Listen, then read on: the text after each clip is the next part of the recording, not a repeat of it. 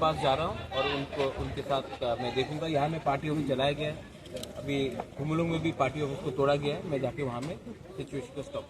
अभी जो सिचुएशन ऐसा हो रहा है दोनों पार्टी में, अब इसमें क्या मैसेज देंगे? मेरा एक ही मैसेज है कि जो लोग किसी का पार्टी ऑफिस जलाते हैं, एक दिन सीपीएम का फ्लैग था, शायद कोई टाइम कांग्रेस में ज्वाइन किया होगा, कोई टाइम मोथा में आया होगा, आज बीजेपी में। लेकिन गुंडा का कोई पार्टी नहीं होता है। गुंडा पॉलिटिकल प्रोटेक्शन को लेने के लिए पार्टी बदलता है, झंडा बदलता है, लेकिन इसमें नुकसान कम्युनिटी का होता है, दफा का होता है।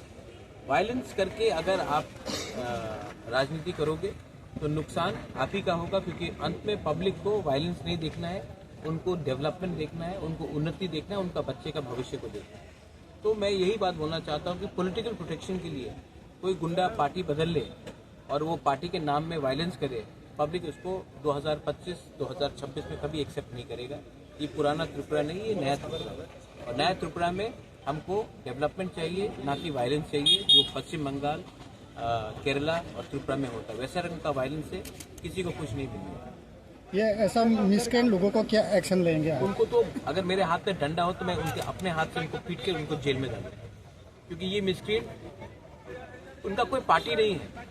उनको गुंडागर्दी करना है, एक्सटॉर्शन करना है, धंधा करना है पार्टी के प्रोटेक्शन में। इसी के लिए मैं बोल रहा हूँ, यही लोग सीपीएम में थे, एक टाइम कांग्रेस में गए होंगे, एक टाइम मोथा में आए होंगे, आज बीजेपी में है, कल फिर से सीपीएम में चले जाएंगे। इनका कोई धर्म नहीं है, इनका कोई पार्टी नहीं है। ये लोग सिर्फ फायदा उठाते हैं पॉलिटिकल प्रोटेक्शन का, और इन लोगों के खिलाफ पुलिस को कार्रवाई करनी चाहिए। And I am sure the police will do that.